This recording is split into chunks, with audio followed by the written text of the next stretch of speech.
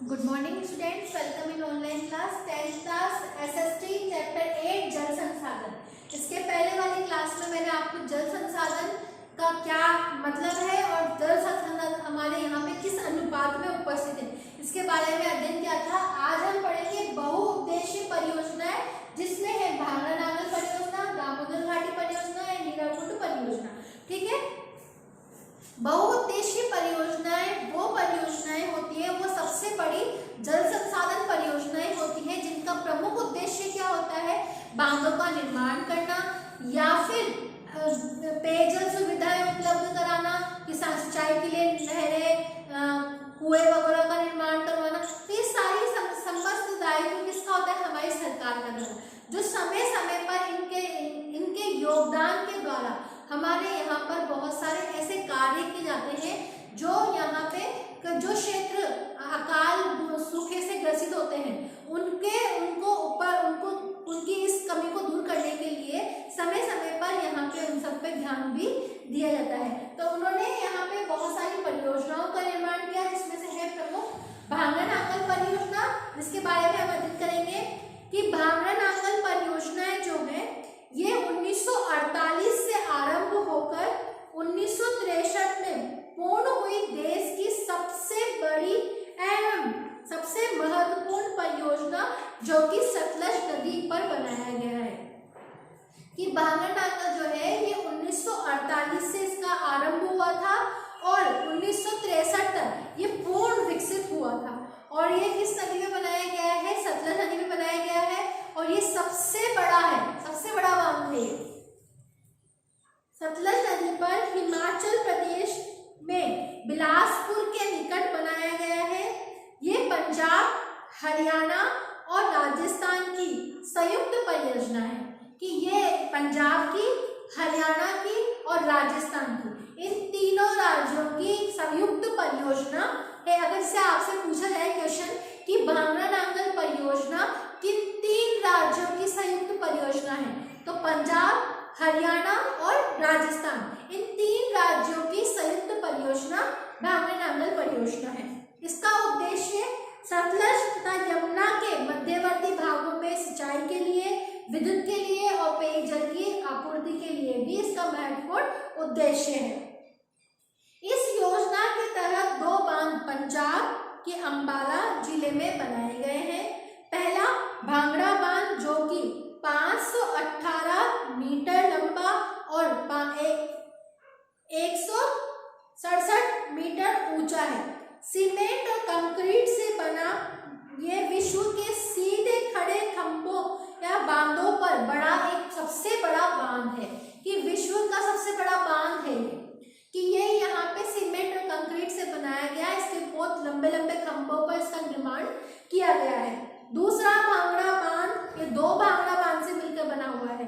तो एक तो अंबाला के क्षेत्र उसमें बनाया गया है, दूसरा भांगड़ा बांध जो है वही 13 किलोमीटर नीचे की तरफ नांगल में नामक स्थान पर बनाया गया है, जो कि भांगड़ा बांध के अतिरिक्त जल के संचित करने के उद्देश्य से बनाया गया है। कि जो भांगड़ा बांध जो था, जो कि एक तो बनाया गया अंबाला में और एक बनाया गया नांगल में, कि जिसका उद्देश्य यह था कि जो सिंचाई के लिए, विद्युत आपूर्ति के लिए, इन सभी के लिए हमारे जल को स्टोर करके रखना, उसको सुरक्षित रखना। इन बांधों से सिंचाई का कार्य भांगड़ा नहर, सरहिंद नहर, नांगल नहर, बिस्त दोआब नहर, नरवाना नहरें निकाली गई हैं और नांगल विद्युत गृह और कोटला और गंगवाल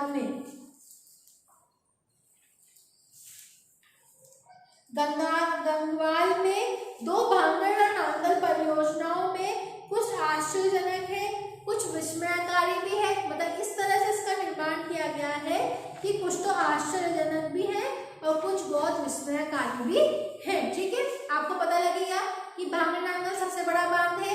ये तीन राज्यों की संयुक्त परियोजना है और इसका निर्माण 518 मीटर लंबाई से 166 मीटर तक इसकी लंबाई है और ये उसी से 13 किलोमीटर दूर नांगल में भी उसके सिंचित जल को संचित करने के लिए इसका निर्माण किया गया था। ठीक है, अब नेक्स्ट है दामोदर घाटी परियोजना।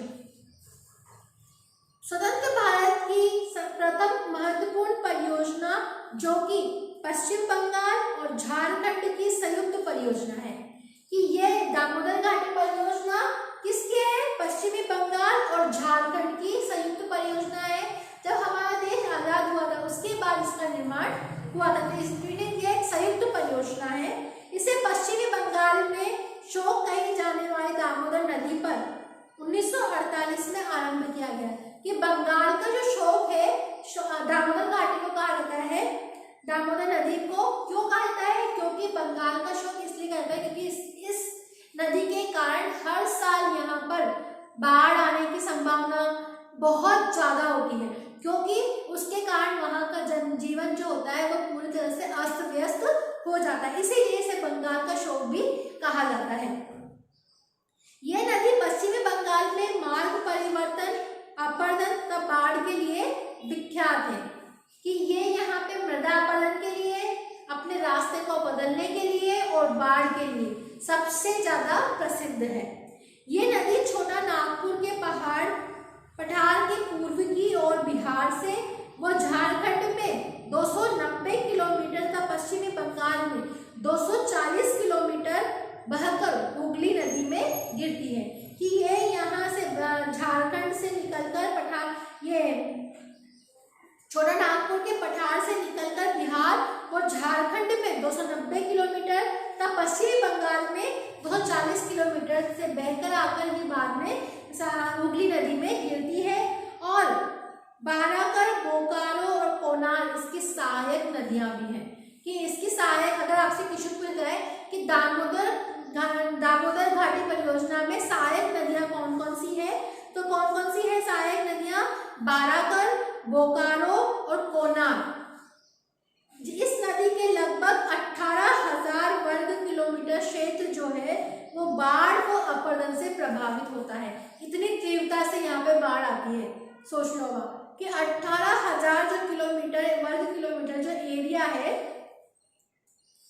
वो यहाँ पे बाढ़ और मिट्टी के अपरदन के कारण प्रभावित रहता है। इसीलिए भारत सरकार ने अमेरिका की टेनेसी घाटी परियोजना निगम के प्रारूप के अनुसार भारत में दामोदर घाटी निगम की स्थापना भी की है। इस परियोजना का उद्देश्य पश्चिमी बंगाल व झारखंड के नदी घाटी का आर्थिक विकास कर स्थानीय निवासियों के जीवन स्तर में सुधार लाना है। और इस परियोजना में बंगाल और झारखंड की नदी घाटी का आर्थिक विकास भी किया है और यहाँ पे जीवन में स्तर में सुधार भी लाया है। इस योजना में बाराकर नदी पर मेंथान बाल पहाड़ी, तिलैया बांध और बोकारो नदी पर बोकारो बांध, कोनार नदी पर कोनार बांध, दामोदर नदी पर अदर बांध, बरमो बांध और बाल पठारी आंध बांध, एक दुर्गापुर अवरोधक बांध, बोकारो बांध, चरमपुर, दुर्गापुर में 3 जल विद्युत ग्रहों का निर्माण भी किया गया है। ठीक है, दामोदर घाटी नदी को बंगाल का शोक भी कहा जाता है। ये क्वेश्चन भी आपके आ सकता है। ठीक है, अब नेक्स्ट है हीराकुंड परियोजना। कि हीराकुंड परियोजना क्या है? कि प्रायद्वीपीय भारत में महत्वाकांक्षी योजना जो कि उड़ीसा के शोक के नाम से भी प्रसिद्ध है।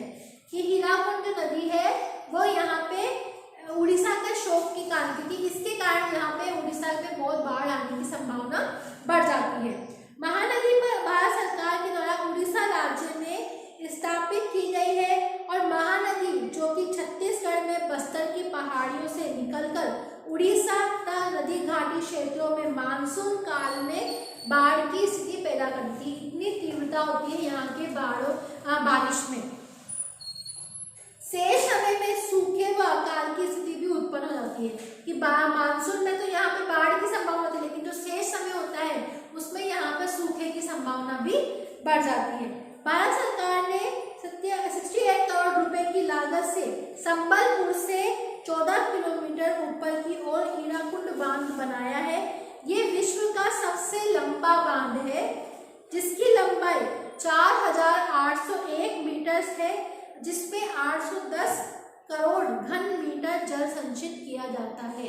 अगर आपसे क्वेश्चन पूछा जाए कि हीराकुंड परियोजना में कि इसकी लंबाई कितनी है, 4,801 मीटर और इसमें 810 करोड़ घन मीटर पानी को स्टोर किया जाता है। इसके अलावा यहाँ पे तिकलपाड़ा और नराज में 2 अन्य बांध बनाए गए हैं। इस योजना के 2 चरणों में पूरा किया गया है, कि इस योजना को एक चरण में पूरा नहीं किया गया, इस हीराकुंड परियोजना को 2 चरणों में उसको पूरा किया गया है। जिसने प्रथम चरण में उड़ीसा के संबलपुर जिले में हीराकुंड बांध बनाकर और दाहिने और बोरगढ़ नहर के और बाई और सेसन संबलपुर नहर प्रणाली को विकसित किया गया है। दूसरे चरण में यहाँ पे 4 विद्युत ग्रह भी या 4 विद्युत ग्रहों का निर्माण भी किया गया है, जिसके कारण उस क्षेत्र में लाइट की व्यवस्था भी की जाती है। आप सबको समझ में आ गया भांगरनगर परियोजना और दामोदर और हीराकुंड परियोजना। इसके बाद हम यहाँ पे पढ़ेंगे राजस्थान में, ये तो हमने भारत की परियोजनाएं पढ़ी थी। अब इसके अगली क्लास में हम राजस्थान में जो बहुउद्देशीय परियोजना चलाएंगे, जैसे कि चंबल परियोजना, इंदिरा गांधी नहर परियोजना, इन सब के बारे में अध्ययन करेंगे। ठीक है, थैंक यू।